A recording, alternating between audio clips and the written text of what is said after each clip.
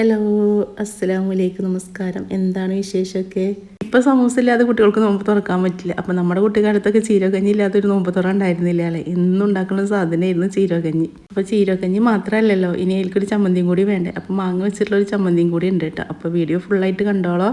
പിന്നെ ഓരോ നാട്ടിലേക്ക് ഓരോ വിധത്തിലാണ് കഞ്ഞി ഉണ്ടാക്കുക. അപ്പോൾ ഞാൻ എൻ്റെ വീട്ടിലുണ്ടാക്കണ പോലെയാണ് കേട്ടോ നിങ്ങൾക്ക് കാണിച്ചു തരുന്നത്. അപ്പോൾ അതിനായിട്ട് നമ്മൾ ഇവിടെ ഉണ്ടാക്കാൻ എടുക്കുന്നത് ഉണക്കല്ലരിയാണ് കേട്ടോ. നമുക്ക് ഏത് അരി വെച്ചിട്ട് വേണമെങ്കിലും ഉണ്ടാക്കിയെടുക്കാം. പച്ചരി, ബിരിയാണി അരി, അതുപോലെ പൊടിയരി, വേഗം വേവണ അരി ഏത് വെച്ചിട്ട് വേണമെങ്കിലും നമുക്ക് ചീരകഞ്ഞി ഉണ്ടാക്കിയെടുക്കാം കേട്ടോ. അപ്പോൾ ഞാനിവിടെ ഉണക്കല്ലരിയാണ് വെച്ചിട്ട് ഉണ്ടാക്കിയെടുക്കാറുള്ളത്. അപ്പോൾ അതിലേക്ക് ഇതാ കുറച്ച് ഉലുവ ഇട്ട് കൊടുത്തിട്ടുണ്ട് കേട്ടോ. കുറേ ഇടണ്ട, കുറേ ഇട്ടാൽ നമുക്കൊരു കയ്പ്പ് രസം ഉണ്ടാവും. അപ്പോൾ നോമ്പ് തുറന്നിട്ട് കുടിക്കാനൊരു ഇഷ്ടം ഉണ്ടാവില്ല. അപ്പോൾ കുറച്ച് ഉലുവ ഇട്ട് കൊടുത്തിട്ടുണ്ട്.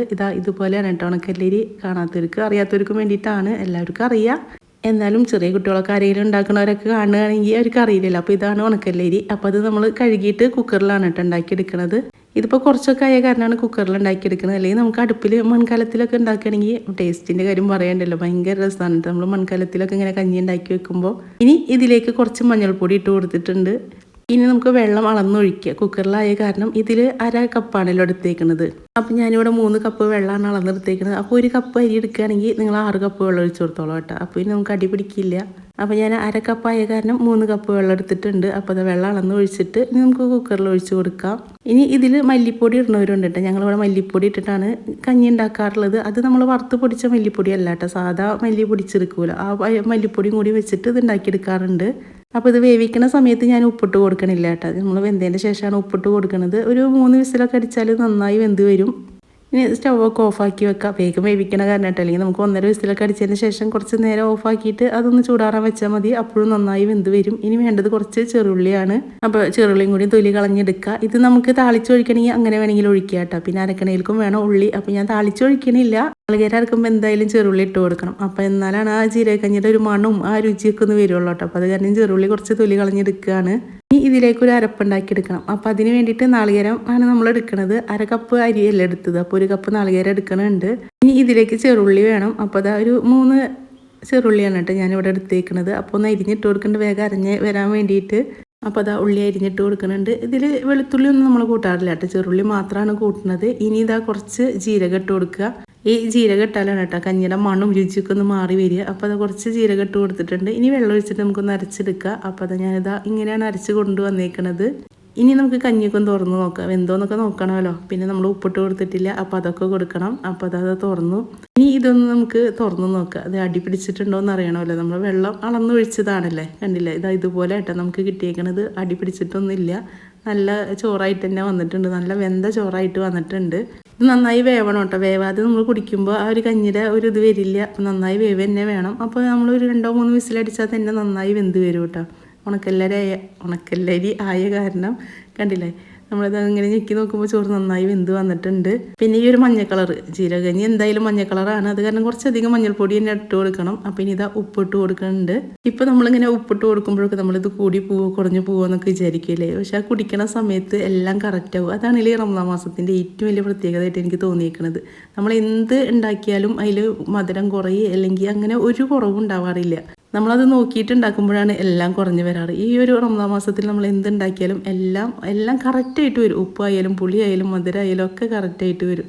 ഇനി ഇതാ നാളികേര അരപ്പും കൂടി ഒഴിച്ച് കൊടുക്കുക. അപ്പോൾ അത് ഒഴിച്ച് കൊടുത്തിട്ടുണ്ട്. ഇനി കുറച്ചും കൂടി അധികം വെള്ളം ഒഴിച്ച് കൊടുക്കണം കേട്ടോ, നമുക്ക് കഞ്ഞിയാക്കിയിട്ട് കുടിക്കാൻ വേണ്ടിയിട്ടാണ്. അപ്പോൾ അത് ഒന്ന് ഒഴിച്ചതിൻ്റെ ശേഷം ഇളക്കി കൊടുക്കുന്നുണ്ട്. ഇനി അരക്കണ സമയത്ത് വേണമെങ്കിൽ കുറച്ച് മഞ്ഞൾപ്പൊടിയും കൂടി ഇട്ട് കൊടുക്കാം കേട്ടോ, നമുക്ക് നല്ല കളറ് കിട്ടാൻ വേണ്ടിയിട്ട്. ഞാനിപ്പോൾ എന്തായാലും കഞ്ഞിയിൽ മഞ്ഞ കളർ ഉണ്ട്, അപ്പോൾ ഈ കളർ മതി എന്ന് വിചാരിച്ചിട്ടാണ് മഞ്ഞൾപ്പൊടി ഇട്ട് കൊടുക്കാഞ്ഞത്.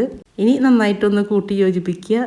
ഇതുപോലെ നന്നായിട്ടൊന്ന് ഇളക്കി കൊടുത്തതിൻ്റെ ശേഷം നമുക്കിതൊന്ന് എന്താ പറയുക, തിളപ്പിക്കുക അല്ലാതെ ഒന്ന് പതപ്പിച്ചെടുക്കുമല്ലോ. അപ്പോൾ അതിന് വേണ്ടിയിട്ടാണ്. തിളപ്പിക്കരുത് കേട്ടോ, തിളപ്പിച്ചാൽ അതിങ്ങനെ പിരിഞ്ഞു പോയ പോലെ ഒന്ന് പതപ്പിച്ചെടുത്താൽ മതി. ഇനി അത് പതപ്പിക്കാൻ വെച്ചിട്ടുണ്ട്. സത്യം പറയുകയാണെങ്കിൽ ഞാനിവിടെ വീട്ടിൽ കഞ്ഞി ഉണ്ടാക്കാറില്ല കേട്ടോ. നമ്മുടെ ഐഷാത്ത എന്നും കഞ്ഞി ഉണ്ടാക്കും. റമദാൻ 30 ദിവസം ഐഷാത്ത കഞ്ഞി ഉണ്ടാക്കും. അതും ഐഷാത്ത ബിരിയാണി അരിയൊക്കെ വെച്ചിട്ട്, അതുപോലെ നമ്മുടെ മരുന്നുകളൊക്കെ ഉണ്ടല്ലോ, കുറുന്തോട്ടി പിന്നെ പുത്തിരിച്ചുണ്ട അങ്ങനെയുള്ള മരുന്നുകളൊക്കെ വെയിലത്ത് വെച്ച് ഉണക്കി പൊടിച്ച് വെച്ചിട്ടുണ്ടാവും റംസാനിന് വേണ്ടിയിട്ട്. എന്നിട്ട് അതൊക്കെ ഇട്ടിട്ടാണ് ഐഷാത്ത കഞ്ഞി ഉണ്ടാക്കാറുള്ളത്. അപ്പോൾ അത് നമുക്ക് 1-2 വീട്ടിലേക്ക് വേണ്ടിയിട്ടല്ല കേട്ടോ, ഒരു 4-5 വീട്ടിലേക്ക് ഐഷാത്ത ഉണ്ടാക്കിയിട്ട് കൊടുത്തയക്കാറുണ്ട്. അപ്പോൾ അത് കാരണം ഞാൻ കഞ്ഞി ഉണ്ടാക്കാറില്ല.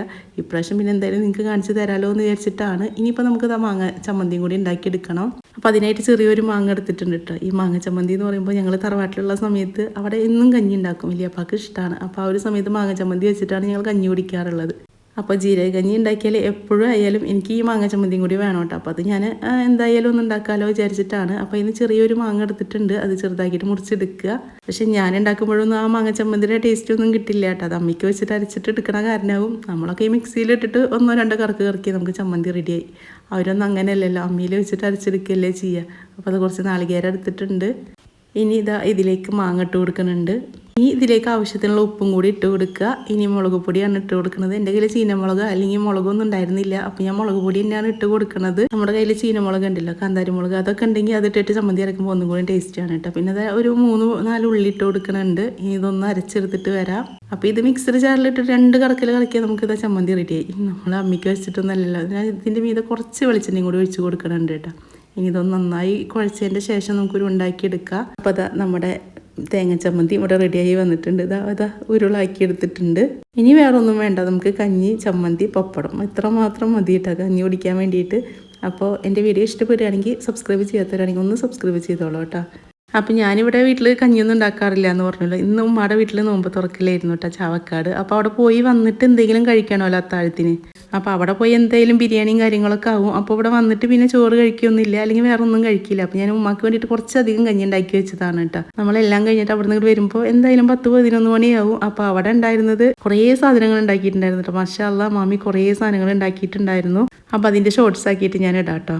ഇതാ ചീരകഞ്ഞി, പപ്പടം, ചമ്മന്തി, അതുപോലെ കുറച്ച് നമ്മുടെ നാരങ്ങ ഉപ്പിലിട്ടതും കൂടി ഉണ്ടല്ലോ. അപ്പോൾ എനിക്കിഷ്ടമാണ് കേട്ടോ നാരങ്ങ ഉപ്പിലിട്ടത് നോമ്പ് തുറന്നിട്ട് ഇങ്ങനെ പെട്ടെന്ന് എടുത്ത് കഴിക്കാൻ വേണ്ടിയിട്ട്. അപ്പോൾ നമ്മൾ നോമ്പ് തുറക്കുന്ന സമയത്ത് മധുരം എല്ലാം കഴിക്കൽ കഴിഞ്ഞാൽ എനിക്ക് എന്തെങ്കിലും എരിവ് എടുത്ത് കഴിക്കണം. അപ്പോൾ ഇത് എരിവും പുളിയൊക്കെ ഉള്ളതാണല്ലോ. അപ്പോൾ എല്ലാ വർഷവും ഞാൻ ഉണ്ടാക്കി വെക്കണതാണ് കേട്ടോ നാരങ്ങ ഉപ്പിലിട്ടിട്ട്. നോമ്പ് തുറന്ന് നാരങ്ങ ഉപ്പിലിട്ട് കഴിക്കണം നല്ലതൊന്നല്ല, പക്ഷേ എനിക്കത് ഭയങ്കര ഇഷ്ടമാണ്. അപ്പോൾ ഇൻഷാ അല്ലാഹ് നല്ലൊരു വീഡിയോ ആയിട്ട് നമുക്ക് അടുത്ത ദിവസം കാണാം.